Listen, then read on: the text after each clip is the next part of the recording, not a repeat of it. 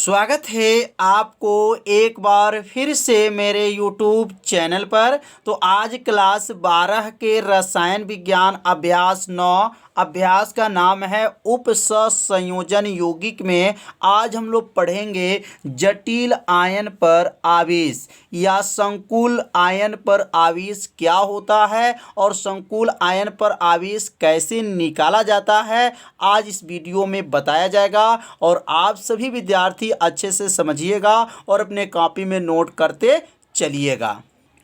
तो हेडिंग को सबसे पहले नोट कर लीजिए, जटिल आयन पर आवेश या संकुल आयन पर आवेश।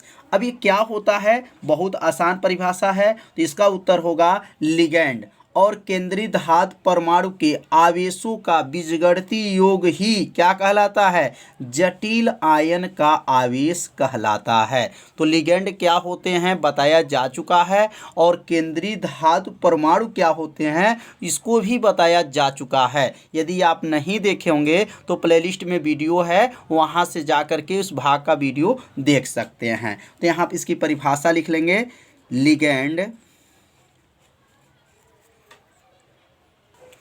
तो यहाँ लिख लीजिए लिगैंड और केंद्रीय, लिगैंड और केंद्रीय,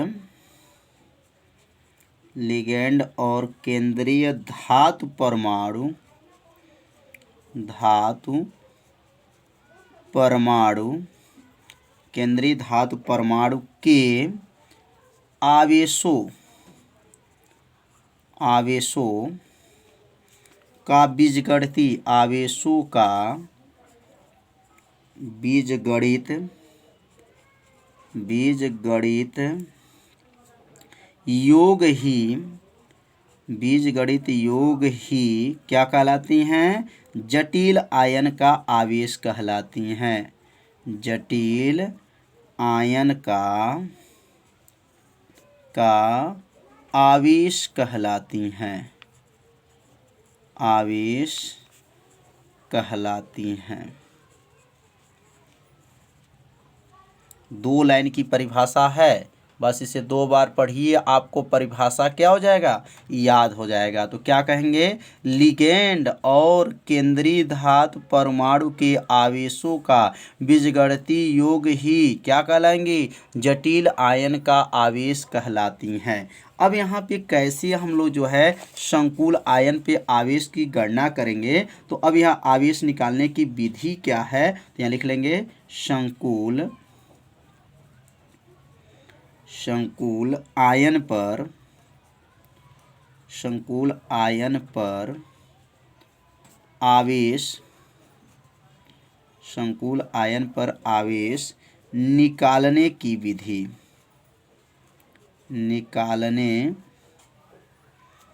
की विधि, की विधि।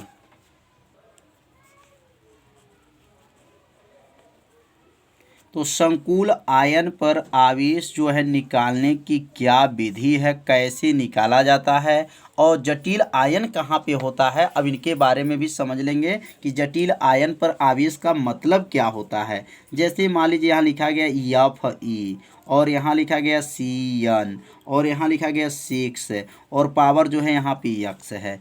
तो ये जो पावर यक्स है उसी का नाम क्या है, जटिल आयन पर आवेश, क्योंकि ये जटिल है और इस पे आयन पे क्या है, आवेश, इस पे कितना चार्ज होता है अब इसकी गणना करना है। तो जटिल आयन पे आवेश समझ में आ गया होगा। इसके अंदर क्या क्या होता है, लिगैंड होता है, ये लिगैंड है और केंद्रीय धातु परमाणु के आवेशों को बीजगणितीय योग ही क्या कहलाएगा, जटिल आयन का आवेश कहलाती हैं। अब यहाँ यक्स की गणना करेंगे, अब यक्स इस पे कितना चार्ज होता है, अब यक्स का मान निकालेंगे तो पता चल जाएगा कि इस पे कितना चार्ज होता है। तो अब यहाँ पे जो है Fe का जो है ऑक्सीकरण जो है संख्या कितना होता है, तो 2 होता है, क्योंकि Fe के ऊपर +2 चार्ज होता है। Fe के ऊपर कितने होते हैं, +2 चार्ज होते हैं, इसलिए यहाँ लिखेंगे 2 हो जाएगा, प्लस हो जाएगा Cn, Cn मतलब जो है यहाँ पर Cn का जो चार्ज कितना होता है, तो -1 होता है, गुणे क्या हो जाएगा, 6 हो जाएगा, बराबर हो गया, बराबर क्या है, यक्स हो गया। तो Fe का जो है ऑक्सीकरण संख्या क्या होता है, 2 होता है, और Cn का क्या होता है, तो -1 होता है, और यहाँ 6 है तो 6 से गुणा कर लेंगे, बराबर जो है x हो जाएगा। अब यहाँ लिखेंगे 2 उतर जाएगा, 6 का नम क्या हो जाएगा, 6 का नम 6 हो जाएगा, बराबर क्या हो जाएगा, x हो जाएगा। 2 में से 6 को घटा दीजिए, कितना आ गया, -4 आ जाएगा, बराबर क्या है, x हो जाएगा। तो x बराबर क्या हो जाएगा, x बराबर -4 है। मतलब यहाँ x का जो मान निकला वो कितना निकल गया, x का मान जो निकल गया -4 आ गया। मतलब इसके ऊपर जो चार्ज रहेगा वह क्या रहेगा, माइनस चार्ज, माने -4 इसके ऊपर घात रहेगा। तो यह जो -4 निकला है वह क्या है, तो जटिल आयन पर क्या है, आवेश है। तो समझ में आ गया होगा कि जटिल आयन पर आवेश की गणना कैसे किया जाता है। तो यहाँ Fe का ऑक्सीकरण लिखिएगा, Cn का, और यहाँ 6 से गुणा कीजिए, जितना यह पावर x लिखे हैं वो बराबर कर लेंगे x के, और इसको हल कर लेंगे, और x का जो मान निकलेगा वही जो है x का मान ही संकुल आयन पे क्या हो जाएगा, आवेश हो जाएगा। तो अब हम लोग पढ़ेंगे समनाभिकी क्या होता है और बहुनाभिकी क्या होता है। तो समनाभिकी जो है यहाँ हेडिंग नोट कर लेंगे, समनाभिकी, समनाभिकी, समनाभिकी। तो समनाभिकी क्या है और जो है बहुनाभिकी क्या है। तो अगर समनाभिकी का परिभाषा आपको अगर याद हो जाता है तो बहुनाभिकी का भी परिभाषा आपको क्या हो जाएगा, याद हो जाएगा। बस थोड़ा सा परिभाषा में चेंजिंग है। तो लिख लेंगे, जिन जटिल यौगिक में केवल एक ही प्रकार का धातु आयन होता है, जिसमें क्या होता है, केवल एक ही प्रकार का जो धातु परमाणु या आयन होता है उसको क्या कहा जाता है, समनाभिकी कहलाया जाता है, मतलब समनाभिकी कहते हैं। तो यहाँ लिख लेंगे, इसकी परिभाषा क्या होगा, जिन जटिल यौगिकों, जिन जटिल क्या लिखेंगे, यौगिकों, जिन जटिल यौगिकों में केवल एक ही प्रकार, केवल क्या लिखेंगे, एक ही प्रकार, केवल एक ही क्या कहेंगे, प्रकार का परमाणु, केवल का धातु का लिखेंगे यहाँ पर, धातु या आयन, धातु या क्या लिखेंगे, आयन, धातु या आयन उपस्थित होता है, उपस्थित होता है, उसे क्या कहते हैं, उसे समनाभिकी कहते हैं, उसे क्या कहेंगे, समनाभिकी कहते हैं, समनाभिकीय कहते हैं। कितना आसान है, क्या कहेंगे, जिन जटिल यौगिकों में केवल एक ही प्रकार के धातु, मतलब इसमें केवल एक ही प्रकार के जो धातु होते हैं या आयन जो होते हैं उपस्थित होता है, उसे समनाभिकी कहते हैं। अब यहाँ जैसे लिख लेंगे, मतलब और इसका एग्जाम्पल क्या होगा, तो ये क्या लिखा गया है, जिन जटिल यौगिकों में केवल एक ही प्रकार का धातु, मतलब केवल जो उसके अंदर जो है एक ही प्रकार का जो है धातु आयन जो है उपस्थित रहेगा। तो यहाँ पे जैसे लिख लेंगे, क्या क्या नाम इसका है, तो जैसे यहाँ लिखेंगे CO, क्या लिखेंगे, CO, Cl3 6 जो है यहाँ पे 6 हो जाएगा, 6NH3।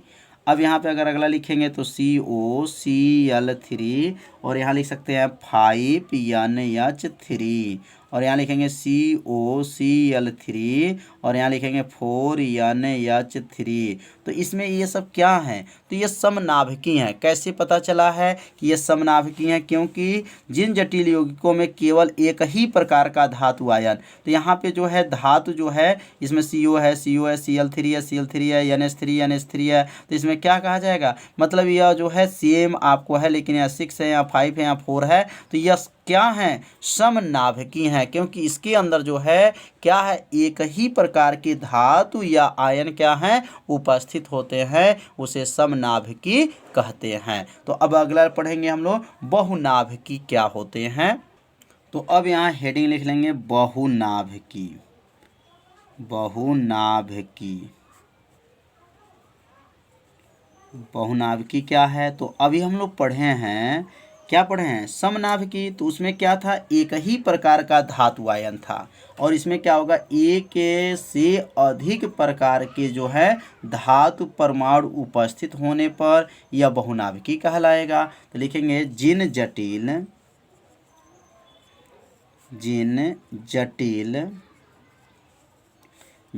यौगिकों में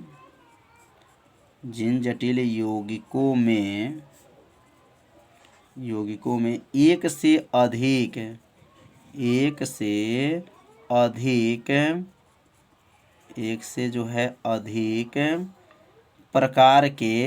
अधिक प्रकार के धातु क्या होते हैं? परमाणु उपस्थित होने पर क्या कहलाएंगे? उपस्थित होने पर बहुनाभिकी कहलाती हैं। बहुनाभिकीय कहलाती हैं। तो समझ में आ गया होगा कि बहुनाभिकी क्या है। तो क्या लिखेंगे? जिन जटिल यौगिकों में एक से अधिक प्रकार के जो है धातु परमाणु क्या होते हैं? उपस्थित होने पर उसे क्या कहा जाता है? बहुनाभिकी कहते हैं। तो इस परिभाषा को क्या कीजिए? अपने कॉपी में क्या कीजिए? नोट कर लीजिए। अब हम लोग जो पढ़ेंगे तो समनाभिकी जैसे हम लोग क्या था, उसमें एक ही प्रकार का भाग लेते हैं और इसमें जो है एक से जो है क्या है? अधिक प्रकार के जो है भाग लेंगे। तो अगला जो हम लोग अब पढ़ेंगे क्या है? बर्नर का नियम है। बर्नर का सिद्धांत क्या है? तो यहाँ पहले हेडिंग नोट कर लेंगे कि संयोजकता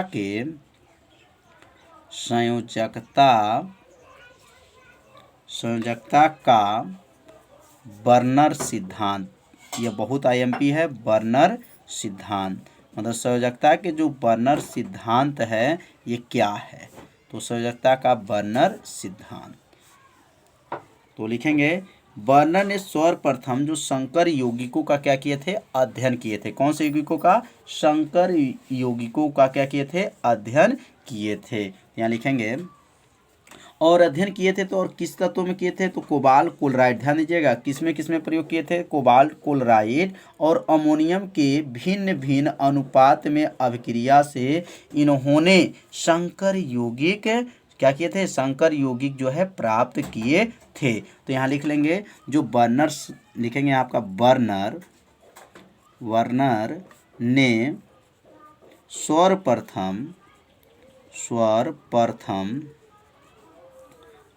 सर्वप्रथम किस तत्व में? संकर यौगिक में। लिखेंगे आपका संकर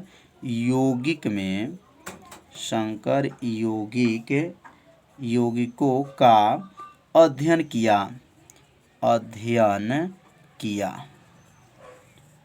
किन यौगिकों का? संकर यौगिकों का अध्ययन किया था। कोबाल्ट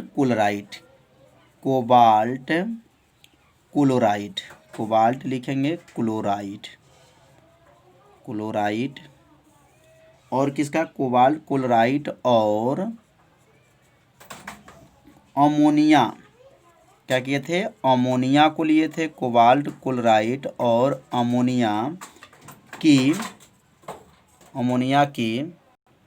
भिन्न अनुपात। अमोनिया की क्या है? भिन्न भिन्न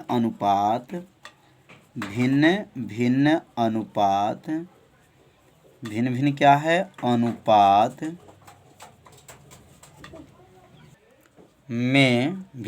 अनुपात में अभिक्रिया से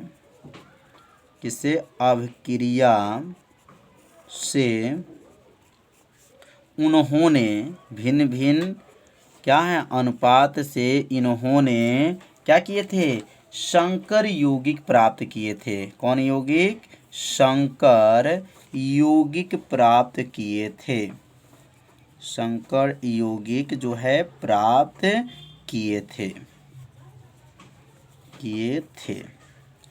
तो संयोजकता का बर्नर सिद्धांत क्या है? जो वर्नर, ध्यान दीजिएगा ये वर्नर है। वर्नर वर्णन सिद्धांत क्या है, तो लिखेंगे वर्णन ने सर्वप्रथम शंकर यौगिक का अध्ययन किया था। मतलब किस यौगिकों का? शंकर जो यौगिक होते हैं उनका इन्होंने क्या किए थे? अध्ययन किए थे। और कोबाल्ट क्लोराइड लिए और अमोनिया के भिन्न भिन्न अनुपात में अभिक्रिया से इन्होंने शंकर यौगिक प्राप्त किए थे। मतलब जो अमोनिया जो है कोबाल्ट क्लोराइड है, और किसका? अमोनिया का जो भिन्न भिन्न अनुपात को ले लिए और इन्होंने क्या प्राप्त किए? शंकर यौगिक प्राप्त किए थे। तो इसी जो नियम सिद्धांत को क्या कहा जाता है? संयोजकता का वर्णन सिद्धांत कहा जाता है।